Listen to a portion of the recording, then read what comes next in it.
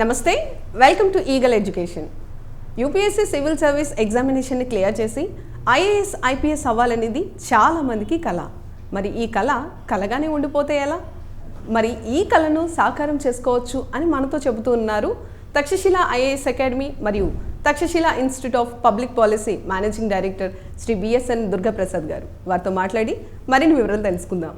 నమస్తే సార్. నమస్తే అండి. ఎలా ఉన్నారు sir? All good madam, thank you. Sir, ఈ మధ్యకాలంలో కోచింగ్ ఇన్స్టిట్యూషన్స్ వేస్తున్నటువంటి యూపీఎస్సీ ర్యాంక్స్కి కానివ్వండి, వారు అందిస్తున్నటువంటి ఈ కోచింగ్ ఇంటిగ్రేటెడ్ కోర్స్ కానివ్వండి, అసలు వీటికి ఏమన్నా సంబంధం ఉందంటారా? మీ అభిప్రాయం ఏంటి?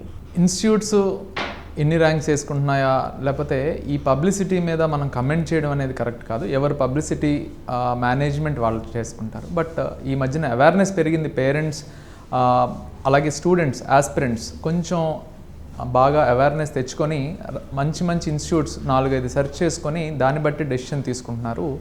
అక్కడి వరకు బాగుంటుంది. కానీ ఇక్కడ ఎక్కడ బాగా ఇబ్బంది పడుతుంటారంటే ఈ కోచింగ్ సెంటర్స్ చూపించే, మేము కూడా కోచింగ్ సెంటరే, ఈ ర్యాంక్స్ అనేది జనరల్గా 10 లక్షల మంది రాసే ఎగ్జామ్లో టాప్ 1000 మెంబర్స్ వచ్చేటప్పుడు ఈ ర్యాంక్స్ యొక్క ప్రాసెస్, ఈ స్టాండర్డ్స్ తెలుసుకోకపోవడం, డివిజన్ ఆఫ్ ప్రిలిమ్స్ రిజల్ట్ పరిస్థితి ఏంటి, మెయిన్స్ రిజల్ట్స్ పరిస్థితి ఏంటి, ఇంటర్వ్యూ రిజల్ట్స్ పరిస్థితి ఏంటి, ఇవి ఏమీ తెలియకుండా కేవలం ర్యాంక్ మీద ఆధారపడి, కేవలం ర్యాంక్ గురించి, ఎందుకంటే రీసెంట్గా గవర్నమెంట్స్ కూడా గైడ్లైన్స్ ఇచ్చాయి.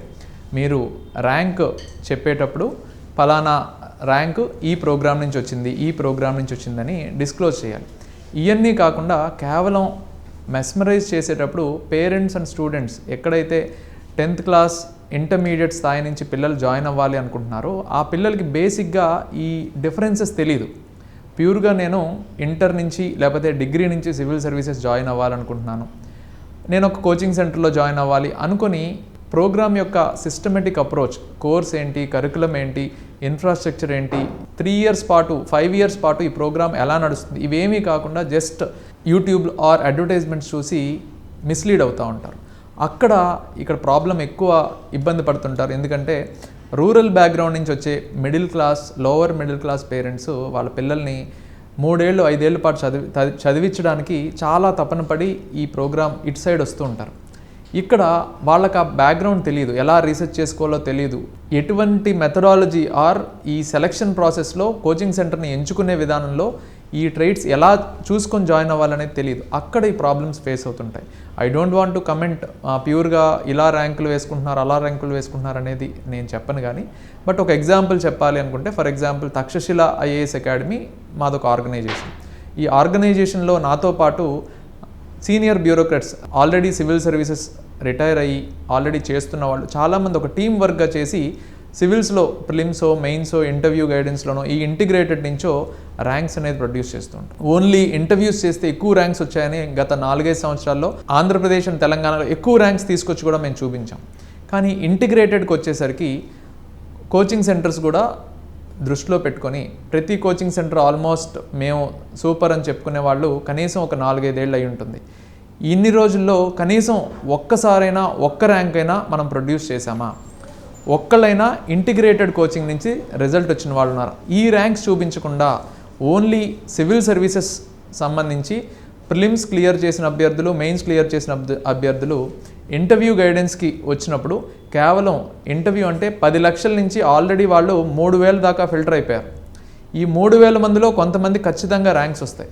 కేవలం వీళ్ళనే టార్గెట్ చేసుకొని సివిల్స్ ర్యాంక్స్ తీసుకొచ్చి మేమే మొత్తం అంతా చేసాం, రకరకాల ప్రోగ్రామ్స్లో వీళ్ళ గైడెన్స్ ఇచ్చామని చెప్పేసి, అంటే మ్యానిపులేటివ్ మాటలు డైరెక్ట్గా చెప్పకుండా ఇది ఇంటర్వ్యూ ప్రోగ్రామా, ఇంటర్వ్యూ గైడెన్సా, మెయిన్స్ గైడెన్సా, ప్రిలిమ్సా, ఇంటిగ్రేటెడా, ఏమీ చెప్పకుండా ప్యూర్గా మ్యానిపులేషన్తో ఓన్లీ ర్యాంక్ వేసుకొని మ్యానిపులేట్ చేయడం తప్పని గవర్నమెంట్ చెప్పింది. కానీ అడ్మిషన్స్ టైంలో పేరెంట్స్ని మ్యానిపులేట్ చేయడానికి ఇవన్నీ వాడుతున్నారు. బట్ అవన్నీ మనం డిబేటబుల్ టాపిక్స్, దానికి లోతుల్లోకి వెళ్లకుండా పేరెంట్స్ని అవేర్నెస్ చేస్తే బాగుంటుంది. ఇంటిగ్రేటెడ్ కోచింగ్ జాయిన్ అయ్యేటప్పుడు ఎటువంటి మెథడాలజీ, ఎటువంటి ట్రైట్స్ని మనం చూసి పిల్లల్ని జాయిన్ చేసే డెసిషన్ తీసుకోవాలి. రెగ్యులర్ సివిల్స్ కోచింగ్ తీసుకునేటప్పుడు దానికి సంబంధించి ఎటువంటి తీసుకోవాలి అనే దాని మీద పేరెంట్స్ అండ్ స్టూడెంట్స్ కొంచెం రీసెర్చ్ చేసి డెసిషన్ తీసుకుంటే బాగుంటుంది. It is not a single day decision. ఎందుకంటే ఒక పర్సన్ని చూసి లేకపోతే ఒక ట్రేడ్ మార్క్, ఒక బ్రాండ్ ఇమేజ్ని చూసి జాయిన్ అయితే 3 ఏళ్ల పాటు వాళ్ళు మీతో జర్నీ చేయరు, ఎప్పుడో ఒకసారి కనిపిస్తారు, కేవలం అడ్వర్టైజ్మెంట్స్లోనే కనిపించే వాళ్ళు ఉంటారు. సో ఇలాంటివన్నీ చూసి జాయిన్ అయితే తర్వాత రిగ్రెట్ అయ్యి, అదే ఒక ఓన్లీ సివిల్స్ కోచింగ్కి జాయిన్ అయితే ఆ ప్రాబ్లం పెద్ద ఇబ్బంది ఉండదు. ఒక సంవత్సరం కోచింగే కాబట్టి 2-3 నెలల తర్వాత ఒకవేళ తెలుసుకున్నా మారడానికి అవకాశం ఉంటుంది. కానీ 3 ఏళ్ల పాటు డిగ్రీతో పాటు ఇంటర్తో పాటు జాయిన్ అయినప్పుడు సిచ్యువేషన్స్ వేరుంటాయి. సో ఆ సిచ్యువేషన్స్ 3 ఏళ్ల పాటు మనం ఎటు కదలలేని పరిస్థితులు, వీటన్నిటిని అడ్రస్ చేసుకోవాలి అంటే మనం ప్రాపర్గా రీసెర్చ్ చేసి మాత్రం డెసిషన్ తీసుకోవాలి. ఇది నేను ఇచ్చే సజెషన్. ఏ ఒక్క ఇన్స్టిట్యూట్నో లేకపోతే వాళ్ళ ప్రమోషన్స్నో మనం తప్పట్టడానికి లేదు, ఎవరి బిజినెస్ వాళ్ళు చేసుకుంటారు. But it is not correct. పిల్లలు ఇంటర్మీడియట్ స్థాయి, డిగ్రీ స్థాయి ఈ పిల్లల యొక్క కెరియర్స్తో మనం ఈ మ్యానిపులేటివ్ విధానం అనేది కరెక్ట్ కాదు అనేది నా భావన. Yes sir. సార్ ఈ విషయంలో ఇంకొంచెం క్లారిటీ కావాలి. యాజ్ ఎ పేరెంట్గా లేదా యాజ్ ఎ స్టూడెంట్గా ఒక చిన్న డౌట్ ఉంటుంది. ఎందుకంటే ఇన్స్టిట్యూషన్స్ యొక్క బ్రాండ్ నేమ్ కానీ లేదా ఆ ఓనర్ కానీ లేదా ఇంటిగ్రేటెడ్ కోర్స్ కానీ వీటిల్లో ఒక పేరెంట్ కానీ ఒక స్టూడెంట్ కానీ వేటిని చూస్ చేసుకొని ఆ ఇన్స్టిట్యూషన్లో జాయిన్ అవ్వాలి అంటారు? అంటే రెగ్యులర్ సివిల్స్ కోచింగ్ సాధారణంగా ఏంటంటే 1 year లాంగ్ టర్మ్ కోచింగ్ ఏంటంటే ఈ కోచింగ్లో ఉండేది ప్రిలిమ్స్ కోచింగ్, మెయిన్స్ కోచింగ్, అలాగే ఇంటర్వ్యూ కోచింగ్. ఇండియాలో మీరు ఢిల్లీ నుంచి కన్యాకుమారి వరకు ఏ కోచింగ్ సెంటర్లో జాయిన్ అయినా సివిల్ సర్వీసెస్ కోచింగ్ అంటే మీకు ప్రిలిమ్స్ కోచింగు, మెయిన్స్ కోచింగే ఇస్తారు తప్ప ఇంటర్వ్యూకి సెపరేట్ గైడెన్స్ ఇవ్వడానికి అవకాశం ఉండదు. ఇంటర్వ్యూ గైడెన్స్ ఎప్పుడు ఇస్తారు అంటే ఈ ఢిల్లీ నుంచి కన్యాకుమారి వరకు ఏ కోచింగ్ సెంటర్లో అయినా మీరు ప్రిలిమ్స్ ఎగ్జామ్ క్లియర్ చేసి మెయిన్స్ ఎగ్జామ్ క్లియర్ చేసిన తర్వాత మాత్రమే ఇంటర్వ్యూ గైడెన్స్ అనేది యూజువల్గా జరుగుతుంటుంది. ఎందుకంటే ఒక్కొక్క కోచింగ్ సెంటర్లో ఢిల్లీలో అయితే 300 నుంచి 500 మంది స్టూడెంట్స్ ఉంటారు. అలాగే మల్టిపుల్ బ్యాచెస్ ఉంటాయి. వీళ్ళందరికీ ఒక్కొక్కరిని కూర్చోబెట్టి ఇంటర్వ్యూ మీరు ఇలా చెప్పాలి, మీ పర్సనాలిటీ ఇది, మీకు ఇది అని చెప్పడానికి అవకాశం ఉండదు. ముందు మీరు ప్రిలిమ్స్, మెయిన్స్ కోచింగ్ తీసుకొని ప్రిలిమ్స్, మెయిన్స్ క్లియర్ చేయండి, దాని తర్వాత మీకు కోచింగ్ ఇస్తాము ఇంటర్వ్యూకి అని దాటవేస్తారు. ఇందులో ప్రతి సంవత్సరం 10 లక్షల మంది ఎగ్జామ్కి అప్లై చేస్తే కేవలం 3,000 మంది మాత్రమే ఈ ఎగ్జామ్కి ఇంటర్వ్యూ స్థాయికి వెళ్తారు. ఈ 3,000 మందిలో ఈ ఆంధ్ర, తెలంగాణలో ఈ సంవత్సరం 176 మంది వెళ్ళడం జరిగింది. ఈ 176 మంది ఇంటర్వ్యూ గైడెన్స్కి అటెండ్ అయితే అందులో 50 మంది వరకు అంటే 1:3 రేషియోలో 50 to 60 మెంబర్స్కి ఆంధ్ర, తెలంగాణలో ర్యాంకులు రావడం జరిగింది, 2 రాష్ట్రాలు కలిపి తెలుగు వాళ్ళకి.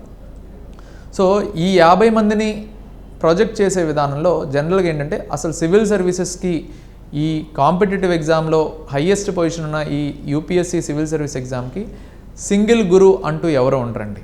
ఇది మీరు గుర్తుపెట్టుకోవాలి. ఆల్ ఇన్ వన్, ఏక్ నిరంజన్ లాంటి గురువులు ఎవరు ఉండరు. It's a collective team effort. Prelims exam, mains exam అనే 2 different type of exams. Prelims ఎగ్జామ్కి సంబంధించి ఆబ్జెక్టివ్ టైప్ 100 క్వశ్చన్స్ అటెంప్ట్ చేయాలి అంటే ముందు మీరు వ్యాస్ట్ సిలబస్ కంప్లీట్ చేయాలి. అలాగే మెయిన్స్లో 9 పేపర్లు ఉంటాయి. లాంగ్వేజ్ పేపర్స్ పక్కకు పెడితే 7 డిస్క్రిప్టివ్ పేపర్స్ ఉంటాయి. ఈ డిస్క్రిప్టివ్ పేపర్స్ని మీరు క్లియర్ చేయాలి అంటే నాలెడ్జ్తో పాటు ఆర్టికులేషన్, ఆన్సర్ రైటింగ్ ప్రాక్టీస్ చాలా ఇంపార్టెంట్. సో అలాగే ఆల్మోస్ట్ ఈ prelims and mains knowledge gain చేసే ప్రాసెస్లో మీకు ఆల్మోస్ట్ ఒక 15 సబ్జెక్ట్స్, అలాగే సబ్ టాపిక్స్తో చూసుకుంటే ఒక ఆల్మోస్ట్ ఒక 25 ఏరియాస్ మీరు చదవాల్సి ఉంటుంది. ఇదంతా ముందు మీరు చదవాలి అంటే ఈ నాలెడ్జ్, ఈ బుక్స్లో ఉన్న ఇన్ఫర్మేషన్ని మీరు నేర్చుకోగలగాలి. ఇది తెలుసుకునే ప్రాసెస్లో మీకు దగ్గరగా రిసోర్స్ పర్సన్స్, ఫ్యాకల్టీ మెంబర్స్ ఒక 10 నుంచి 15 మంది ఫ్యాకల్టీ ఎక్స్పోజ్ అవుతారు. ఇది ఒక్కళ్ళు చేసే పని కాదు, ఒక్కళ్ళే అన్ని సబ్జెక్ట్స్ చెప్పే ఇది కాదు. ఇదేమీ లేకుండా మీరు ప్రిలిమ్స్, మెయిన్స్ క్లియర్ చేసే సామర్థ్యం కానీ లేకపోతే అవకాశం కానీ ఎవరికి ఉండదు. ఎందుకంటే హ్యూజ్ కాంపిటీషన్ ఉంది. మనకన్నా బాగా సంవత్సరాల తరబడి చదువుతూ ముందుకెళ్ళి ప్రిలిమ్స్, మెయిన్స్ క్లియర్ చేసి ఉంటారు. సో ఈ ప్రాసెస్లో మనం గుర్తుపెట్టుకోవాల్సింది ఇట్స్ ఎ కలెక్టివ్ ఎఫర్ట్. కేవలం ఇంటర్వ్యూ గైడెన్స్లో మాత్రమే ఒక టీం కూర్చొని ఇన్స్టిట్యూట్ వాళ్ళు వెనకాల బ్రాండ్ ఇమేజెస్ని ప్రమోట్ చేసుకోవడానికి అవకాశం ఉంటుంది. సో అది తప్పు అని నేను చెప్పను. ఎందుకంటే ఇంటర్వ్యూ గైడెన్స్ ఇవ్వడానికి వేరియస్ ఎక్స్పర్ట్స్ని పిలవాలి. ఆ ఎక్స్పర్ట్స్ని పిలిచి ఆ అభ్యర్థి యొక్క బ్యాక్గ్రౌండ్ ఇన్ఫర్మేషన్, వాళ్ళ చదువుకున్నప్పటి నుంచి, వాళ్ళ ఏరియా దగ్గర నుంచి, వాళ్ళ త్రూఅవుట్ ఎడ్యుకేషన్ దగ్గర నుంచి ప్రిపరేషన్ ఈ రోజు వరకు వాళ్ళు ఉన్న బ్యాక్గ్రౌండ్కి సంబంధించి ఎటువంటి క్వశ్చన్స్ ఇంటర్వ్యూలో అడిగే అవకాశం ఉంది అనేది రీసెర్చ్ చేసి వాళ్ళని ట్రైన్ చేయాలి ఆ ఇంటర్వ్యూకి సంబంధించి. సో అది ఈజియెస్ట్ టాస్క్ అని నేను చెప్పను, కానీ బట్ ప్రాబబిలిటీ ఎక్కువ ర్యాంక్స్ రావడానికి. కాబట్టి ఇన్స్టిట్యూట్స్ ఎక్కువ వాటి మీద ఫోకస్ పెడుతుంటాయి. బట్ నేను పేరెంట్స్కి అవగాహన తెచ్చుకోమని చెప్పేది ఏంటంటే, ముందు ప్రిలిమ్స్ మెయిన్స్, ఎందుకంటే ఒక్కొక్క అభ్యర్థి ఫస్ట్ అటెంప్ట్ కాదు, 5వ అటెంప్ట్ 6వ అటెంప్ట్, ఈసారి ఆల్ ఇండియా ఫస్ట్ ర్యాంక్ వచ్చిన అమ్మాయి కూడా 5th అటెంప్ట్లో సక్సెస్ అయింది. సో ఈ 5th అటెంప్ట్లో ఇంటర్వ్యూ గైడెన్స్కి వచ్చేసరికి దగ్గరగా ఒక 15-20 ఇన్స్టిట్యూట్స్ దగ్గర ఇంటర్వ్యూ గైడెన్స్ తీసుకున్నారు. కానీ ప్రిలిమ్స్ కోచింగ్ ఎక్కడా, మెయిన్స్ కోచింగ్ ఎక్కడా అనేది గమనించాలి. సో ఆ కోచింగ్స్ యొక్క క్రెడిట్తో వీళ్ళు ఇంటర్వ్యూ గైడెన్స్ తీసుకోవడం, దాని నుంచి ర్యాంక్ రావడం జరిగింది. కానీ ఆ ప్రిలిమ్స్ మెయిన్స్ అనేది మర్చిపోయి కేవలం మనం ఇంటర్వ్యూ గురించి ఆలోచించడం అనేది అంత ప్రొడక్టివ్ థింగ్ కాదు. మనం కెరియర్ని డిసైడ్ చేసుకునేటప్పుడు ఆలోచించాల్సింది ఈ ఆస్పెక్ట్స్ కూడా.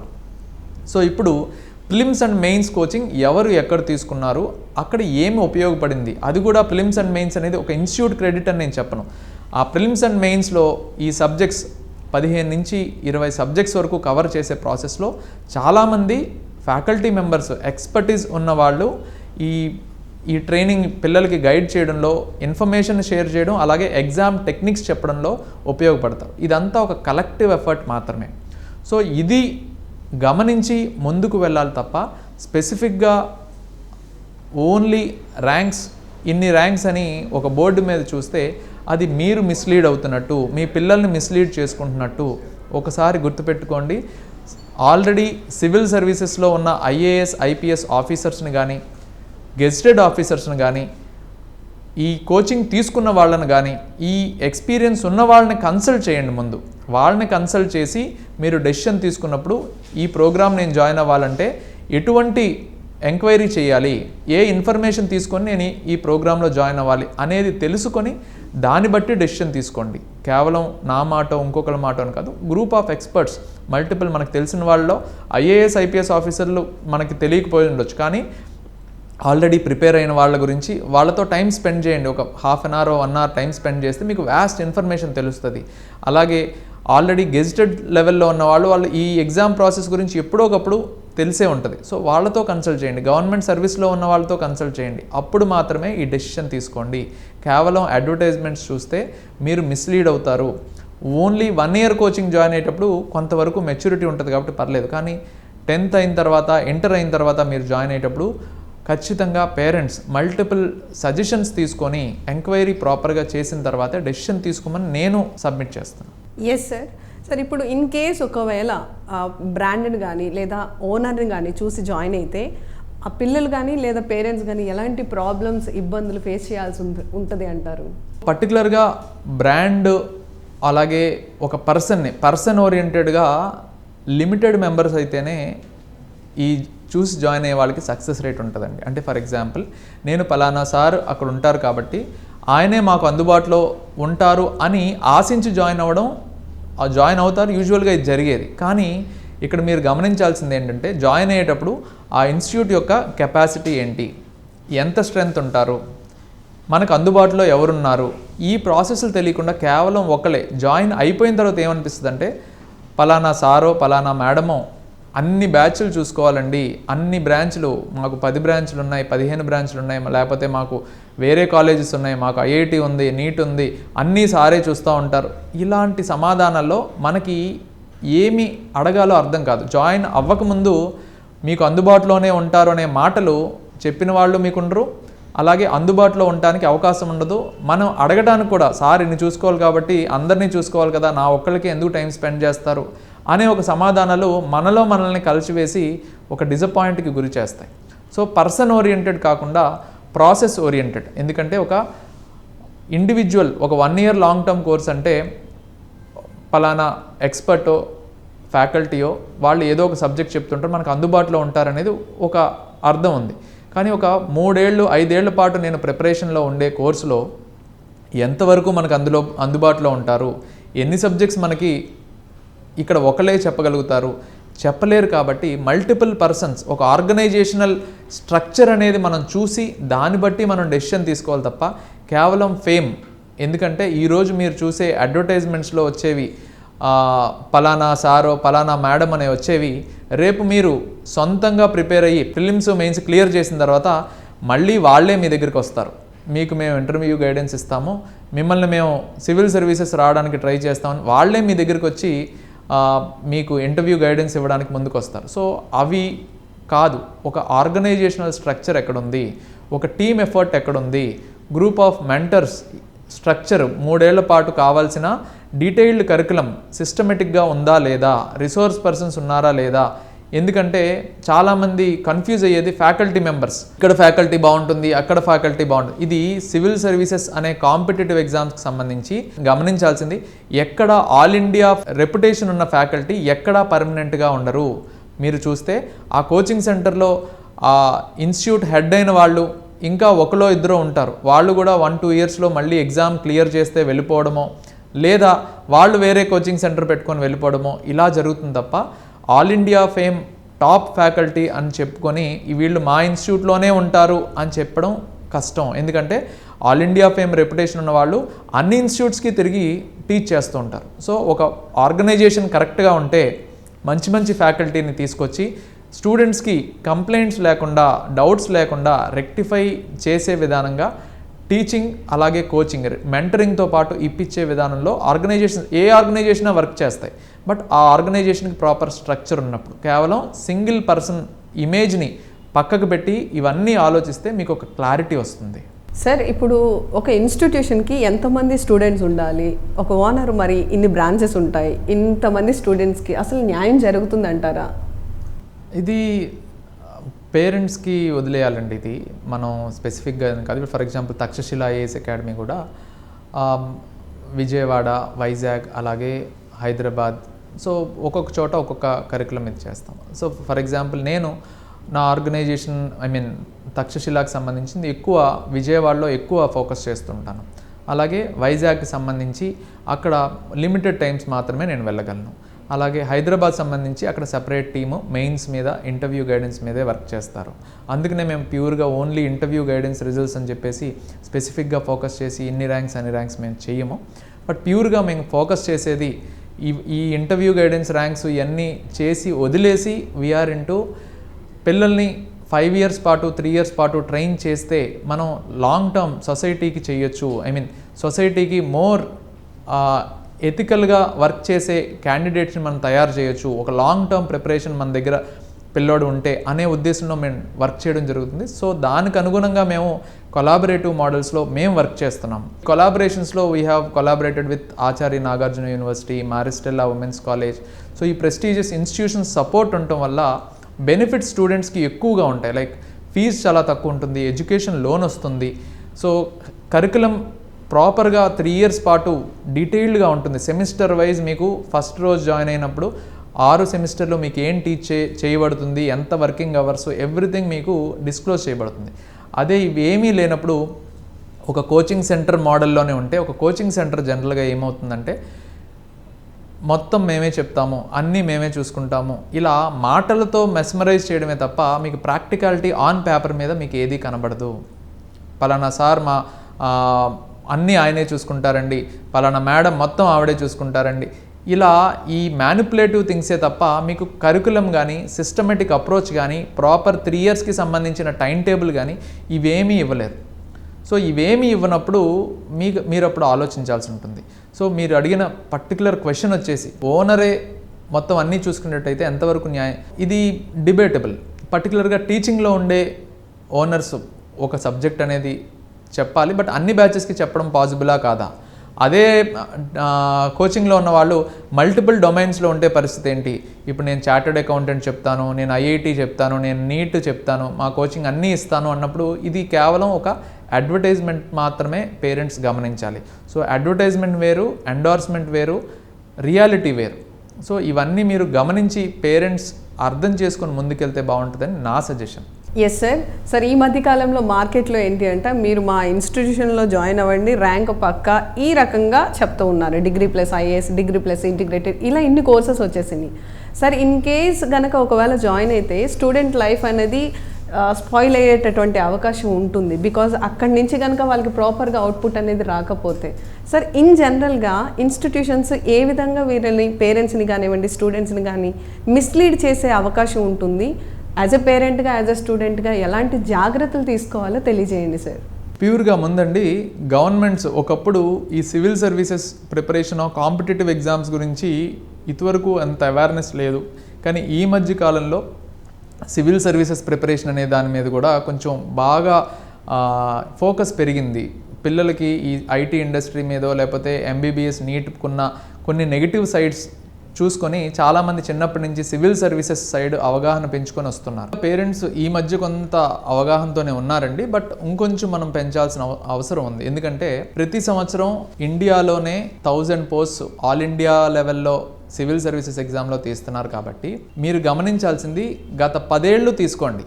10 ఏళ్లలో ఆంధ్రప్రదేశ్ అండ్ తెలంగాణ కలిపి ప్రతి సంవత్సరం మ్యాక్సిమం వచ్చేది 50 ర్యాంకులు మాత్రమే. సో ఈ 50 ర్యాంకుల్లో కేవలం ఐఏఎస్లే కాదు, ఐఏఎస్లు, ఐపీఎస్లు, ఐఆర్ఎస్లు, ఐఎఫ్ఎస్లు, అలాగే గ్రూప్ ఏలో IAS, railway service, group B సర్వీసులు, ఇలా ఇన్ని సర్వీసులు 23, 24 సర్వీసులు కలిపి ఈ 50 ర్యాంకులు మనకు వస్తున్నాయండి. సో ఇంత కాంప్లెక్సిటీ ఉన్న ఎగ్జామ్లో కేవలం మా ఇన్స్టిట్యూట్లో జాయిన్ అయితే సక్సెస్ గ్యారంటీ అనేది అలాంటి అడ్వర్టైజ్మెంట్ ఇచ్చిన కోచింగ్ సెంటర్స్ గత 10 ఏళ్లలో ఆంధ్ర, తెలంగాణలో వచ్చాయి. ర్యాంక్ గ్యారంటీ ఇవ్వగలిగే ఏకైక ఇన్స్టిట్యూషన్ మాదే అని అడ్వర్టైజ్మెంట్స్ ఇచ్చిన వాళ్ళు కూడా ఈరోజు క్లోజ్ చేసి ఉన్నారు. సో పేరెంట్స్ ఇవన్నీ గమనించాలి. సో ఒక సంవత్సరానికి కేవలం 2 తెలుగు రాష్ట్రాలు, 2 రాష్ట్రాలు కలిపి 50 ర్యాంకులు అంటే ఒక్కొక్క రాష్ట్రానికి ఎన్ని వస్తున్నాయి? సో ఇంతలో ఎంతమంది ప్రిపేర్ అవుతున్నారు మన తెలుగు రాష్ట్రాల వాళ్ళు? సో ఒకళ్ళే అన్నీ చేసేయగలిగేటట్టయితే అందరూ వాళ్ళ దగ్గరికి వెళ్తారు కదా. సో సివిల్ సర్వీసెస్ గురు అనేవాళ్ళు ఎవరు ఉండరండి. ప్రిలిమ్స్, మెయిన్స్ అనేది నాలెడ్జ్ బేస్. పిల్లలు చదువుకొని సొంతంగా వాళ్ళ నాలెడ్జ్ బేస్ పెంచుకొని ఎక్కడైతే రిసోర్సెస్ దొరుకుతాయో అక్కడ geography, history, economy, polity, international relations, ethics, essay, ఇలాగా మెయిన్స్లో ఉన్న సొసైటీ, ఇంటర్నల్ సెక్యూరిటీ, ఇలా వేరియస్ సబ్జెక్ట్స్ అన్నీ చదివి అందులో నాలెడ్జ్ పెంచుకొని మెయిన్స్ ఎగ్జామ్, ప్రిలిమ్స్ ఎలాగా క్లియర్ అయితే ఆబ్జెక్టివ్ టైప్ కాబట్టి, అలాగే మెయిన్స్కి సంబంధించి ఈ టెక్నిక్స్ ఏంటి, ఆన్సర్ రైటింగ్ టెక్నిక్స్ ఏంటి, రైటింగ్ ప్రాక్టీస్ ఏంటి, ఎస్ఏ రైటింగ్ ఏంటి, ఇలాంటి టెక్నిక్స్ తెలుసుకొని ఎగ్జామ్కి వెళ్ళి క్లియర్ చేసి తర్వాత ఇంటర్వ్యూ. సో ఇంత కాంప్లెక్సిటీ ఉన్న ఎగ్జామ్లో ఒక్కలే మా ఇన్స్టిట్యూట్లో జాయిన్ అయితే సక్సెస్ గ్యారంటీ అనేది ఎక్కడా ఉండదండి. బట్ ఇంటిగ్రేటెడ్ జాయిన్ అయ్యే, ఇంటర్మీడియట్ తర్వాత జాయిన్ అయ్యే పిల్లలు, పేరెంట్స్ అలాగే ఇద్దరూ అర్థం చేసుకోవాల్సింది ఏంటంటే ఈ కోర్స్ వల్ల మాకు కెరియర్కి ఈ కోర్స్ ఎలా ఉపయోగపడుతుంది. నేను 20-21 సంవత్సరాలకి civil services exam first attempt ఇవ్వడానికి అవకాశం ఉంటుందా? అంటే సిలబస్ ప్రాపర్గా కంప్లీట్ అయ్యి పిల్లలు రివిజన్ చేయడానికి అవకాశం ఉంటుందా? మళ్ళీ ఈ కోచింగ్ ఈ డిగ్రీ 3 ఏళ్ళు చేసిన తర్వాత మళ్ళీ నేను ఢిల్లీ వెళ్ళాల్సిన అవసరం లేకుండా ఈ 3 ఏళ్లలోనే ఆ సబ్జెక్ట్ మొత్తం అంతా, ప్రిలిమ్స్కి, మెయిన్స్కి కావాల్సిన సబ్జెక్ట్ మొత్తం అంతా 1-2 సార్లు, 2-3 సార్లు రివిజన్ అయ్యే అవకాశం ఉందా లేదా అనేది ఫస్ట్ గమనించాలి. ఈ గమనించిన తర్వాత నెక్స్ట్ స్టెప్ ఆటోమేటిక్ ఇంత రీసెర్చ్ చేసే ప్రాసెస్లోనే పేరెంట్స్కి అర్థమవుతుంది వాట్ ఎగ్జాక్ట్లీ ఎక్కడ మనం మిస్లీడ్ అవుతున్నామో, ఏ అడ్వర్టైజ్మెంట్స్లో మిస్లీడ్ అవుతున్నాం. ఒక ఇన్స్టిట్యూట్కి విజిట్ చేసినప్పుడు అక్కడ కరికులమ్స్ ఏమున్నాయి, ఇన్ఫ్రాస్ట్రక్చర్ ఏముంది, అక్కడ ప్రోగ్రామ్ యొక్క ప్రాసెస్ 3 ఏళ్ల పాటు ఎటువంటి ఇది ఉంది, గత 3 ఏళ్లలో ఎలా చేశారు, ఈ ఇంటిగ్రేటెడ్ నుంచి 3 ఏళ్ళు 5 ఏళ్ళు మీరు చెప్తా ఉంటున్నారు కదా, ఈ 3 ఏళ్ళు 5 ఏళ్ళ నుంచి సాధించిన వాళ్ళు ఒక్కళ్ళైనా ఉన్నారా? ఈ 3 ఏళ్ళు 5 ఏళ్ళు ప్రిపరేషన్లో ఒక్కళ్ళైనా ప్రతి సంవత్సరం యావరేజ్గా ఏ ఇన్స్టిట్యూట్ అయినా ఒక 50-60 మంది ప్రిపేర్ చేస్తారు కదా. గత 5-6 ఏళ్ళ నుంచి 7-8 ఏళ్ళ నుంచి ఈ ఫీల్డ్లో ఉన్నప్పుడు ఒక్కళ్ళైనా ఇంటిగ్రేటెడ్ నుంచి క్లియర్ చేశారా అనే విధానంలో పేరెంట్ క్వశ్చన్ చేస్తే ఖచ్చితంగా మీకు ఒక బెస్ట్ ఇన్స్టిట్యూషన్, బెస్ట్ ప్లేస్. ఎందుకంటే మనకి డిగ్రీలో జాయిన్ అయిన తర్వాత ఈ 3 ఏళ్ళు కేవలం సివిల్ సర్వీసెస్ ఎగ్జామ్కే కాదు, అన్ని కాంపిటేటివ్ ఎగ్జామ్కి, ఒకవేళ కాంపిటేటివ్ ఎగ్జామ్స్ కాదనుకున్నా నా కెరియర్కి రకరకాల ఆపర్చునిటీస్ ఉండటం చాలా ఇంపార్టెంట్. ఎందుకంటే 10th అయిన తర్వాత, ఇంటర్ అయిన తర్వాత ఎవరైనా మంచి మార్క్స్ వచ్చిన తర్వాత నేను కూడా ఐఏఎస్ అవుతాను అని ఆశించడంలో తప్పులేదు. కానీ ఆశించిన తర్వాత ఒకవేళ 21-22 సంవత్సరాలు వచ్చిన తర్వాత ఈ ప్రిపరేషన్లో ఒకవేళ కాదు, నేను ముందు ఒక ఆల్టర్నేటివ్ ట్రాక్ నాకు ఉండాలి అంటే కేవలం కాంపిటేటివ్ ఎగ్జామ్సే కాకుండా ప్రైవేట్ సెక్టర్లోనో పబ్లిక్ సెక్టర్లోనో వాళ్ళ స్కిల్స్ని బేస్ చేసుకొని ఆ డిగ్రీని బేస్ చేసుకొని ఆపర్చునిటీస్ ఉండే విధానంగా డెసిషన్ తీసుకోవాలి తప్ప తొందరపాటు డెసిషన్. యూట్యూబ్ వీడియోస్లో మీరు రెగ్యులర్ బ్యాచ్ వాళ్ళకి ఇచ్చిన మెసేజెస్ చూసి, అంటే don't step back, do or die చేయాలి అని పట్టుతో ఉండాలి, ఎన్ని సంవత్సరాలైనా నిరంతరంగా కృషి చేస్తే అవుతుంది, కాన్ఫిడెన్సు సిన్సియారిటీతో కూర్చుంటే అవుతుంది, ఇలాంటి సజెషన్స్ అన్నీ 1 year సివిల్ సర్వీసెస్ కోచింగ్ తీసుకొని ముందుకెళ్ళే వాళ్ళ గురించి. ఈ 3 ఏళ్లకి కెరియర్ మొత్తం దాంట్లోనే చూసుకోవాలనుకున్న వాళ్ళకి they have proper time to take some decisions. అంటే కెరియర్ని ఎలా మౌల్డ్ చేసుకోవాలి, ఆల్టర్నేటివ్ ట్రాక్స్ ఏంటి అని సెట్ చేసుకోవడానికి ప్రాపర్ టైం ఉంటుంది. అదే ఓన్లీ 1 year కోచింగ్ తీసుకునే వాళ్ళకి అంత టైం ఉండదు. ఇంజనీరింగో మెడిసిన్ అయిందా, ఓకే కోచింగ్లో జాయిన్ అవుదాం, ఎగ్జామ్ అటెంప్ట్స్ ఇచ్చుకుంటూ వెళ్దాం, ఇదే వాళ్ళ ప్రాసెస్. కానీ ఇంటర్మీడియట్ స్థాయి నుంచి 10th నుంచి ఈ ప్రాసెస్ గురించి అర్థం చేసుకునే వాళ్ళందరూ మీరు గమనించాల్సింది ఏంటంటే, కాంపిటేటివ్ ఎగ్జామ్స్ ప్రిపరేషన్తో పాటు ఆల్టర్నేటివ్గా మన కెరియర్ ఎలా సెట్ చేసుకోవాలి అనే ఆల్టర్నేటివ్ ట్రాక్స్ ఖచ్చితంగా ఉండాలి. ఇవన్నీ మాటలతో చెప్తే మీరు వినే కాదు, ప్రాక్టికల్ ఎగ్జాంపుల్స్, రియాలిటీస్ మీకు ఉన్నాయా లేదా మీరు చెక్ చేసుకునే పిల్లల్ని ఆ వేలో తీసుకెళ్ళాలి అని చెప్పేసి పేరెంట్స్కి నేను మనవి చేసుకుంటున్నాను. దుర్గాప్రసాద్ గారు, పేరెంట్స్ తరపున స్టూడెంట్స్ తరపున మేము అడిగిన ప్రశ్నలకు చక్కటి సమాధానాలు తెలియజేశారు. ధన్యవాదాలు sir. Thank you. Like and subscribe Eagle Media Works.